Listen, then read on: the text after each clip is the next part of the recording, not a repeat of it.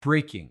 Right now, this second, the world is holding its breath and looking straight at the Persian Gulf. This is explosive. So forget everything else on your newsfeed. This changes everything. It's time to wake up. We're on the edge of something massive. And if you want to know what's really happening and cut through the noise, you need to subscribe to this channel right now, immediately. We're committed to bringing you the raw truth.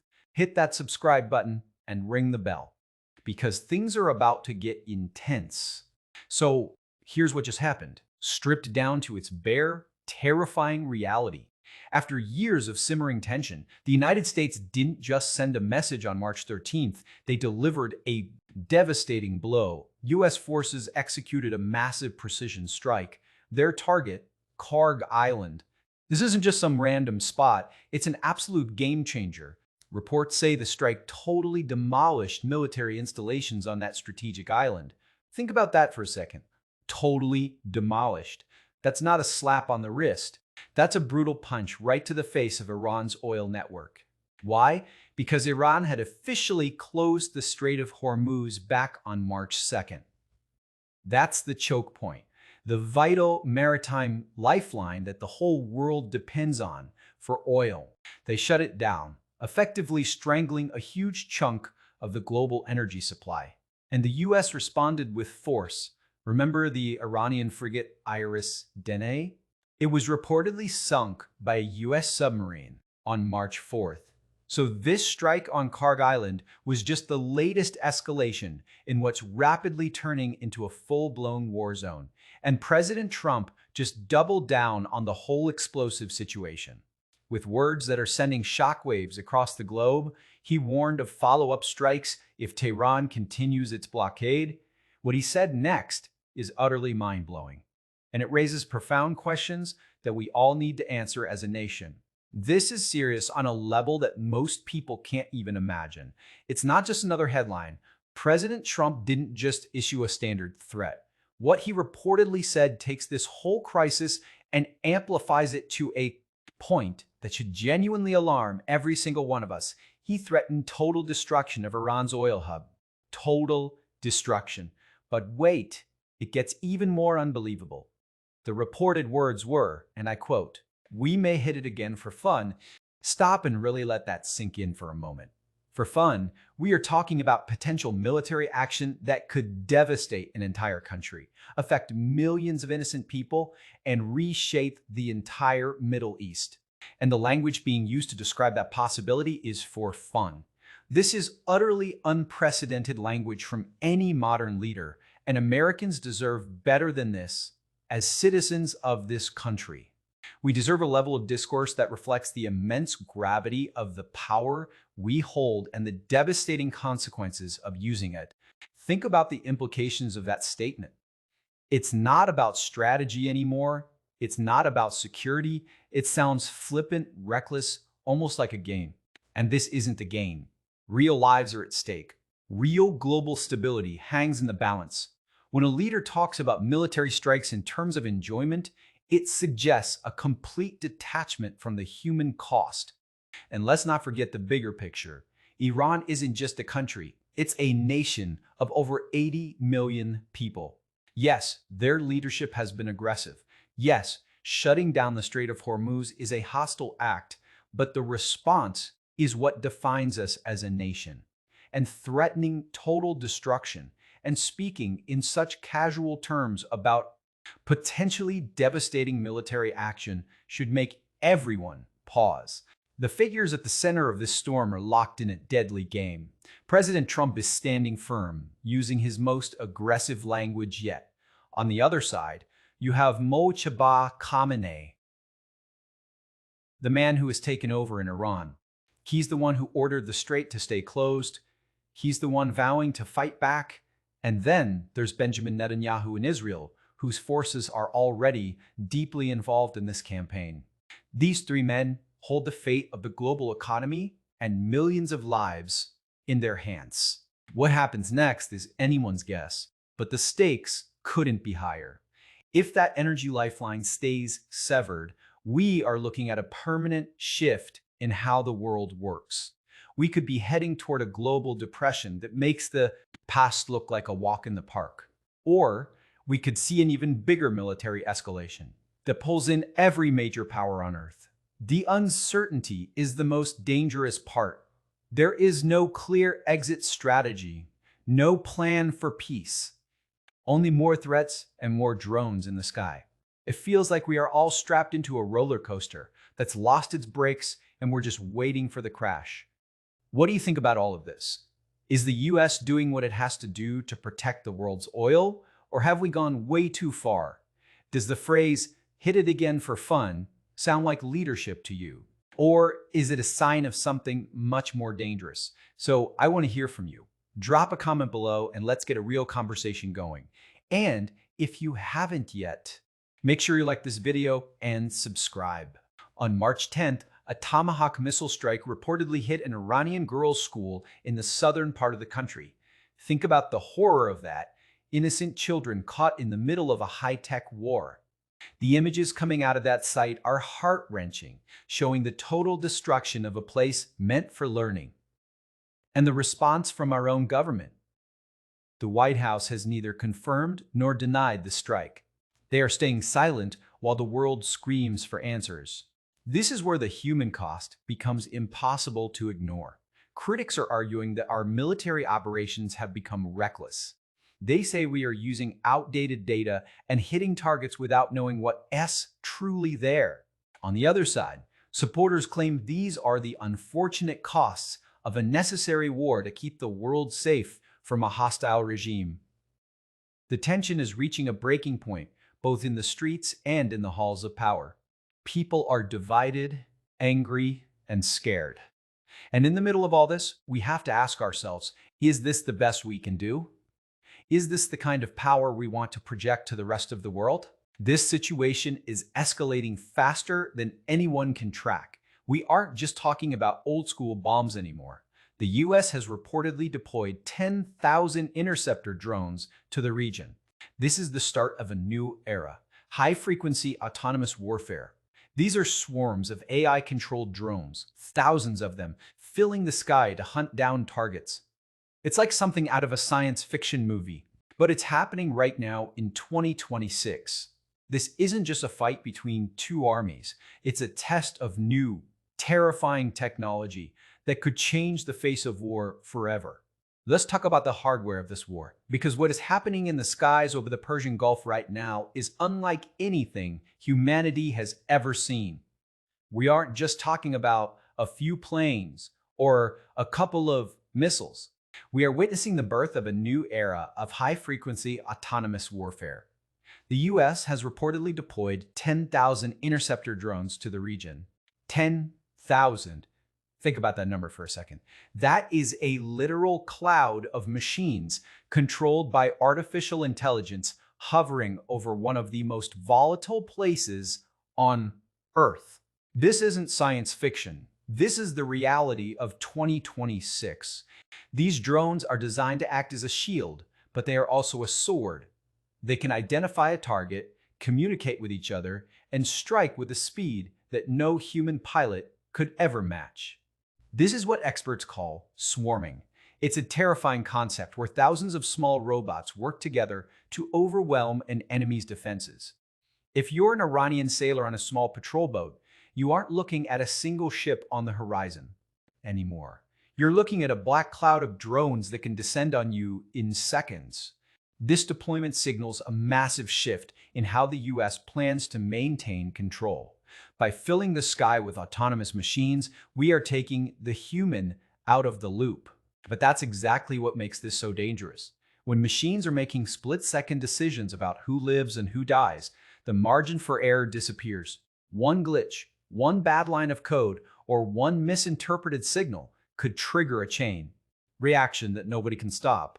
And yet, the White House seems to be leaning into this technology as the ultimate solution to the blockade of the Strait of Hormuz. This isn't just about politics. It's about who we are as a nation and what we stand for. Are we a global leader that acts with responsibility and wisdom, or are we becoming something else entirely? The stakes could not possibly be higher. And this language, this approach, is exactly why the world is reacting with such emotional panic and outrage. The predictability is gone. The stability is gone. We're left with chaos and rhetoric that feels more suited to a playground than the global stage. But the headlines aren't the only thing that should have you worried. While we're all watching the explosions on the news, the real cost is starting to hit every single one of us right at home. This isn't just a military conflict anymore. It's a global energy catastrophe. Since Iran officially closed the Strait of Hormuz on March 2nd, the world's energy lifeline has been effectively severed. This is the water that brings the fuel to the world. And right now, that water is a graveyard for ships. The numbers coming in are absolutely staggering. Container traffic through that vital stretch of water has dropped by an incredible 90%. Think about that. 9 out of every 10 ships that usually carry the lifeblood of our economy are gone. They aren't moving, they're stuck, or they're turning around. And what does that mean for you? It means the global markets are in a total frenzy. We are looking at a supply shock that could be the biggest in human history. Prices for everything, not just gas, but food, clothes, and electronics are set to skyrocket because the ships that carry them can't get through. This is why people are reacting with such deep, visceral panic. It's not just a war over there. It's an economic earthquake right here. But the outrage is fueled by more than just high prices. It's fueled by blood. The world is watching this experiment in real time. Other countries are looking at these 10,000 drones and wondering if they are next. It's a show of force meant to intimidate, but it also increases the chance of an accidental war. If an Iranian missile hits one drone, does the entire swarm attack? If the AI perceives a threat that isn't there, who is held responsible? We are moving into a future where the battlefield is managed by algorithms, and the stakes are our global survival. Americans need to ask if we are ready for the consequences of this new era of warfare. While the drones circle above, the political landscape below is fracturing. The players in this high-stakes game are some of the most powerful and controversial figures on the planet. First, you have Mojtaba Khamenei in Iran. He has stepped into a role of immense power at a time of total crisis.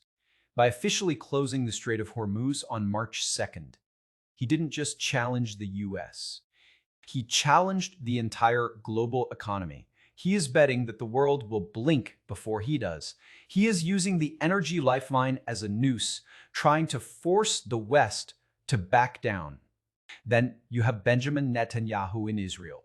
His position is clear and unwavering. Israel sees a nuclear-capable or even just a dominant Iran as an existential threat. Reports suggest that Israeli intelligence and even special forces might be involved in the coordinates provided for these strikes.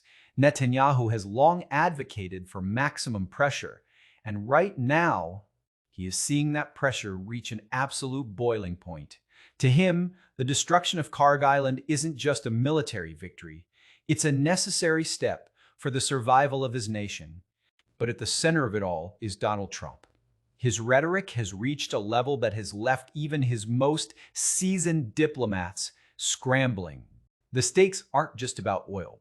They're about the world order. Will the US be able to force the strait open, or will this become a long, grinding war of attrition that drains our resources and our moral standing?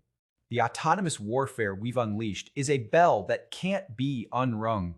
Once we let the machines take over the fighting, we lose a part of our humanity.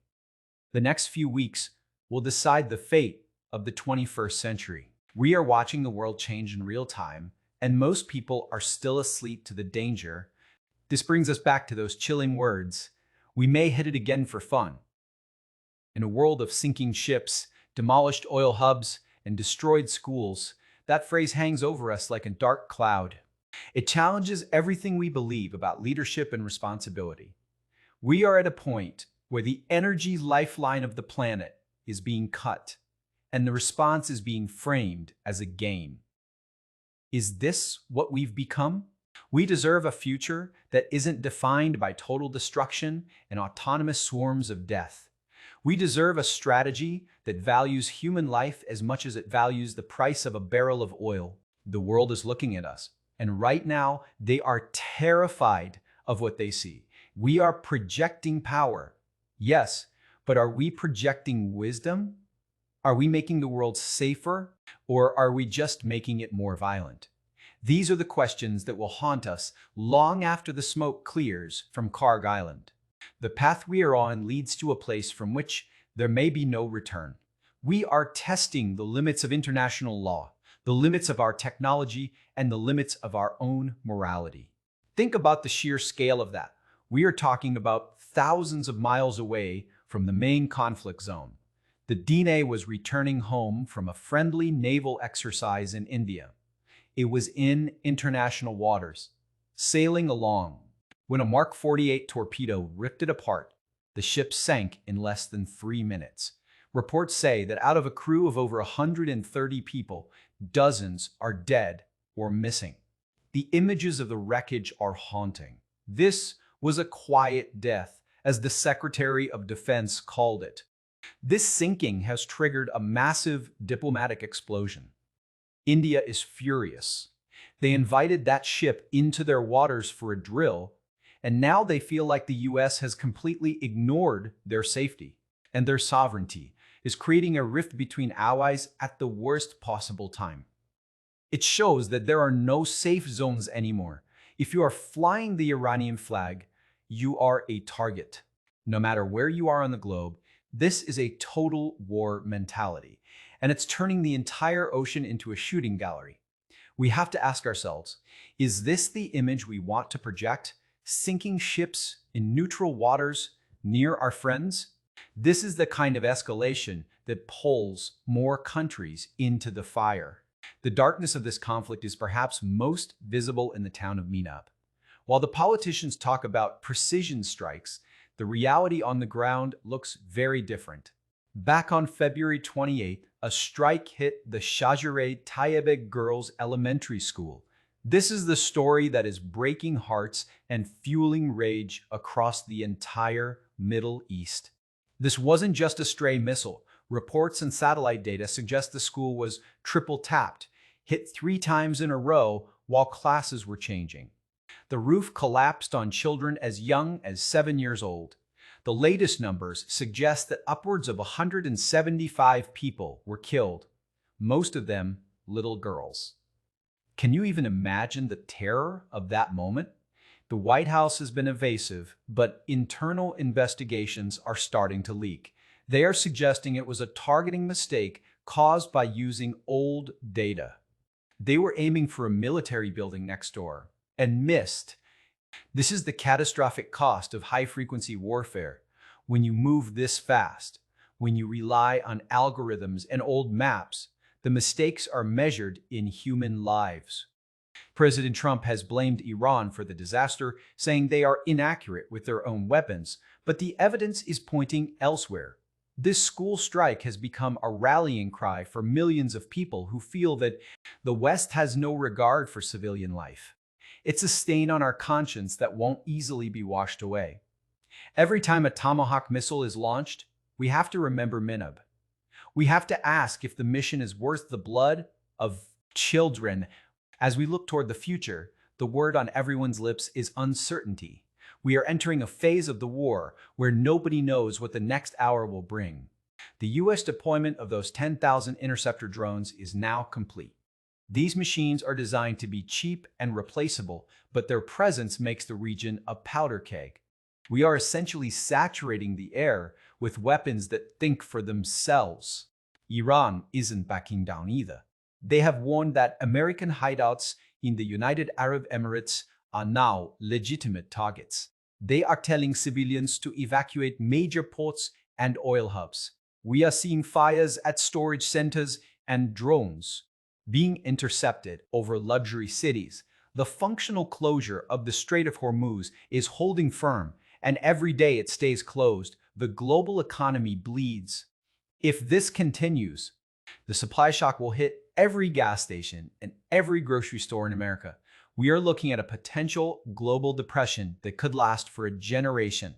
When he says, we may hit it again for fun, he isn't just speaking to Tehran, he's speaking to his base, he's speaking to his enemies, and he's speaking to a world that is already terrified of what comes next. This cowboy diplomacy is designed to be unpredictable. It's designed to keep the enemy off balance, but it also keeps our allies off balance. The division is growing deeper every day. In the US Capitol, the halls are filled with shouting matches.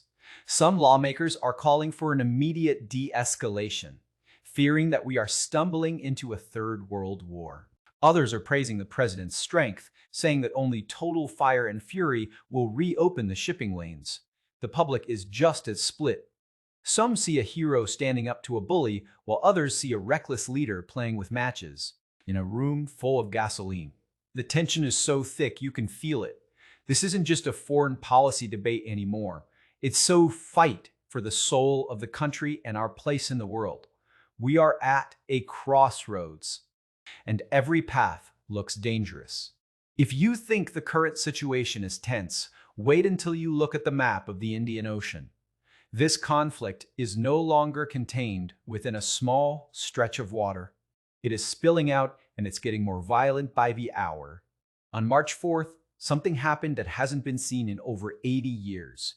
An American attack submarine, the USS Charlotte, hunted down and sank an Iranian frigate called the Iris Dina. But here's the kicker. This didn't happen in the Persian Gulf. It happened 44 miles off the coast of Sri Lanka. As the drones continue to circle and the missiles continue to fly, remember the faces of those who have no say in this conflict. The sailors in the Indian Ocean, the families in the Gulf, and the children in Minap. Their lives are the real stakes of this gamble. What do you think is the real motivation behind these strikes? Is it about national security, or is it something else entirely? Does the current approach make you feel safer as an American? Let me know your thoughts in the comments below. We need a real, honest discussion about where this country is headed. If you found this information valuable, please like the video and subscribe to the channel right now. We are your source for the truth in a world full of noise. Don't look away. Stay informed, stay vigilant, and I'll see you in the next one.